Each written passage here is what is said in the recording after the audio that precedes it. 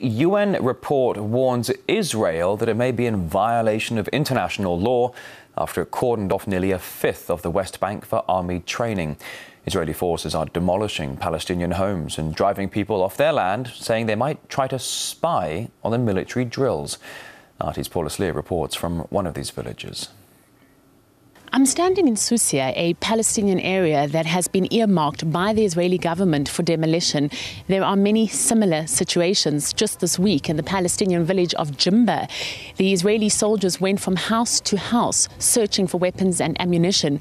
Now, they found nothing, but that was not before. They literally turned people's kitchens in particular upside down. The soldiers searched through bags of sugar and rice and salt and bottles of olive oil.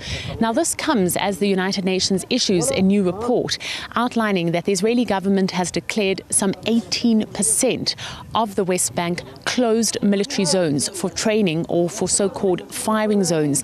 This is roughly the same amount of the West Bank that is in full Palestinian control. The report highlights the humanitarian effect that this will have on the roughly 5,000 people who live in and around these areas. And it also says that they are now in direct access of danger.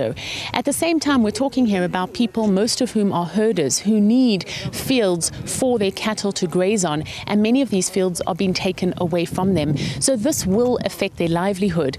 At the same time, many of them are routinely arrested or detained for defying military orders.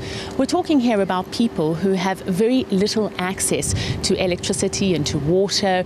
They essentially don't even have an infrastructure when it comes to housing and to any kind of normal facilities that people in the Western world take for granted.